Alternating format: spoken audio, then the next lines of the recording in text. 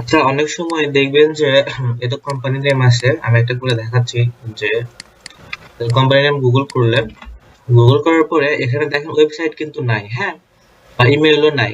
একটু স্ক্রল করে নিচে আসেন, নিচে আসলে এই যে দেখবেন যে এই যে আর্কিটেকচার এই তো অ্যান্থিটিসাস, এই যে দেখেন অ্যান্থিটিসাস অ্যাজ অ্যাডমিনিস্ট্রেটর বা যেটাই হোক, এখানে কিন্তু একটা ইমেল দিছে, হ্যাঁ, এই যে দেখেন এই কোম্পানি আর এই কোম্পানি কিন্তু সেম, এখানে একটা ইমেল দিছে, সেটা হচ্ছে পার্সোনাল ইমেল, হ্যাঁ, অনেক সময় ফোন নাম্বারও দেয় এখানে।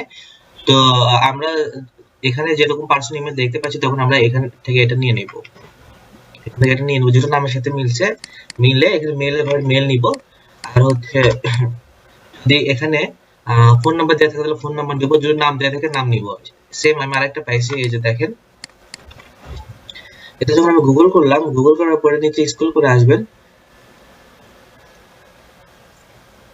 আচ্ছা, এটা আমি মেবি ইয়ে করে বের করছিলাম, এই তো তিনটা সার্চ করে, সরি তিনটা সার্চ করে বের করতে হবে, তিনটা সার্চ করবে, তিনটা সার্চ করে বের করলে দেখবেন যে এই যে প্রথমটাই চলে আসছে, এই যে দেখেন আর্কিটেকচার অ্যান্ড থি, সেম দেখছেন, এই কোম্পানি আর এই কোম্পানি কিন্তু সেম।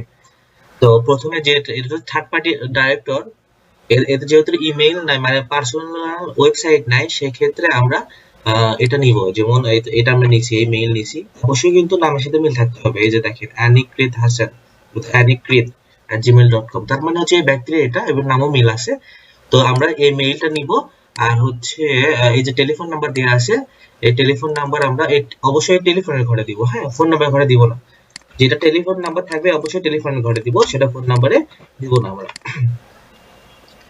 ঠিক আছে, যেটা ওয়েবসাইট পাবেন সেটা হচ্ছে টপ ব্যক্তি দিবেন, যেটা ওয়েবসাইট পাবেন না সেটাই ভাবে করেন এখন থেকে আপাতত। ঠিক আছে।